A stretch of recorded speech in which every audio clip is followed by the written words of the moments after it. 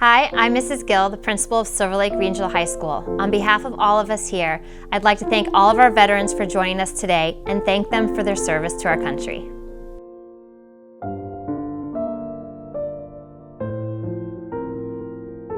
I am thankful to have the freedom to be able to play sports because of the brave.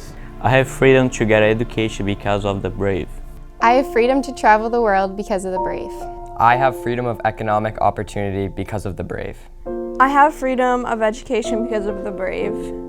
I have the freedom for mental health awareness because of the brave. I have freedom to go to school because of the brave.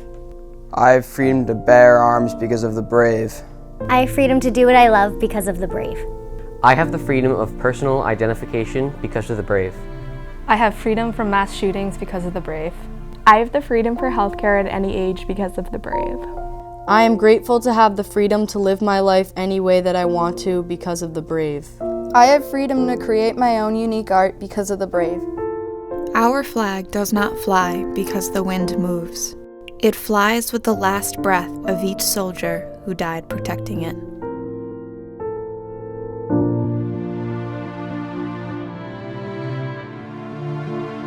America's White Table. This table set for one is small, symbolizing the frailty of one prisoner alone.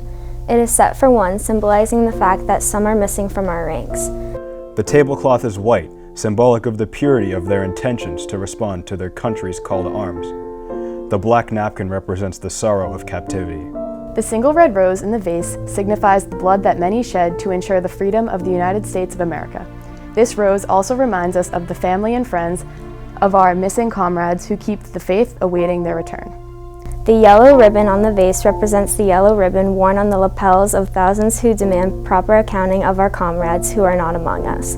A slice of lemon on the plate reminds us of their bitter fate. The salt sprinkled on the plate reminds us of the countless fallen tears of families as they wait. The glass is inverted because they cannot toast with us. The chair is empty because they are not here. The candle is reminiscent of the light of hope that lives in our hearts to illuminate their way home, away from their captors, to the open arms of a grateful nation.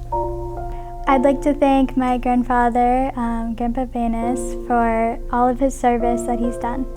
You're great.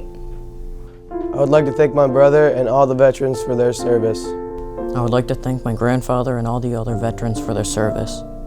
I would like to thank my father and all the other veterans in the audience for everything they've done for our country. I'm here to thank all veterans for their selfless service to our country and to the world. I'm here specifically to recognize the veterans in my own family. First, my nephew, Zach Alden, a 215 graduate of Middleborough High School who has just completed his 3 years in the U.S. Marines, stationed mostly in Japan, and will return home next month and join the reserves. Second, to my dad, James DePasqua, a retired U.S. Navy reservist who was on the USS Beatty in the late 1960s before I was born. And finally, to my grandfather, William Hammond, age 93, who joined the U.S. Army at age 18 and served during World War II. He was stationed in Germany from 1944 to 1946, serving both at the end of the war and in the occupation. And I'd also like to recognize my grandmother on the other side of my family's brother, William Gilman, who also served in World War II and did not come home. I just wanted to thank my mom for her service and know that every day you were at training, I missed you, but I'm glad you're home for good now. I'd like to thank my papa for his service and for everything that he's taught me. I'd like to thank all of our veterans. I most especially would like to thank my father-in-law, Barry Mathias. Thank you for your service, and thank you for everything that you do for our family each and every day. I love you. I've had several veterans in my life. The first one I thank because he enlisted.